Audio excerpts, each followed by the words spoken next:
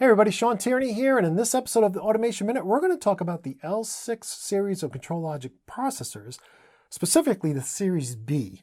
And let's go ahead and take a look at this one here. Like all the ControlLogix processors, you can see on the top it has its name, Logix 5561 in this case.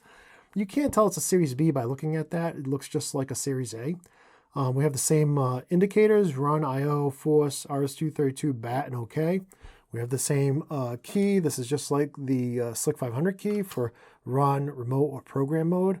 But here's where the difference is. This door actually opens the opposite way. It opens to the left. And here we can see, thankfully, the engineers at Rockwell put the compact flash non-volatile memory card slot in the front. It was in the bottom before. Now it's in the front. Thank you guys at Rockwell. You guys did it with the new PLC5. I'm glad you finally decided to do it with the ControlLogix. Here we can see the serial port we're used to. That serial port, like with all of the serial ports, could be used for all the serial ports on all of the older processors. Could be used for programming, could be used for firmware flashing, but I don't recommend it for firmware flashing. And it also could be used for doing ASCII or DF1 communications. Here we can see a battery. Now this is a new battery. It's not only a different color, has a different connector, but it does something different. So one of the problems with the older battery that was found in the L1, L55, and L6 Series A was that it was designed to hold the volatile memory, to power the volatile memory while the controller was off.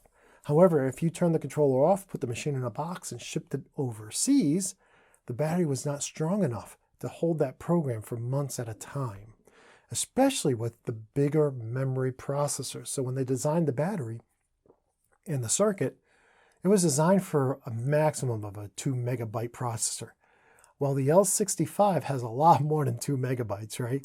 So it just didn't last very long. Instead of lasting weeks, it lasted days. So what Rockwell did, they heard the loud and clear what customers said about that. Even though it was documented in the selection guides and brochures, people didn't read that. They just ordered stuff and expected it to do what they thought it would do, and which many would say they thought it would be practical. And they found out that it didn't. So with the Series B of the L6s, Rockwell actually redesigned the circuit board of the processor. They put a non-volatile chip on the, not removable, it's soldered, on the circuit board. And now this battery, all it has to do, when you shut off power, is all it has to do is move the the program in volatile memory to that non-volatile chip. And so the battery doesn't have to keep memory powered for, a voyage across the sea. Now it still does, the battery still does keep the time going, keeps the internal real-time clock going.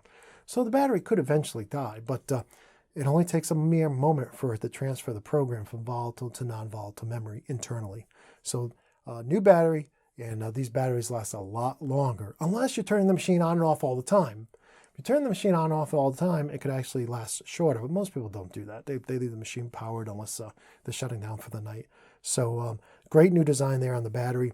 Great new design on the compact flash card slot being where it's supposed to be. And a little awkward to get to the RS-232 port because it's way down in there. But overall, the Series Bs were very well accepted. And here on the left, we can see the label again. We have the catalog number and series. We have a date code of when it was manufactured. We have a barcode for the serial or for the warranty number. Firmware that it came from the factory at, and other information here as well. And that's it really for the Series B version of the L6. I just want to remind you, if you buy an L6, the base memory doesn't change. You buy it based on memory. So unlike the L1 and L55, you cannot expand an L6's memory. You get what you get when you buy it. If you need to upgrade the memory, call your local Rockwell representative and see if you can do a trade-in. But the base memory is not expandable.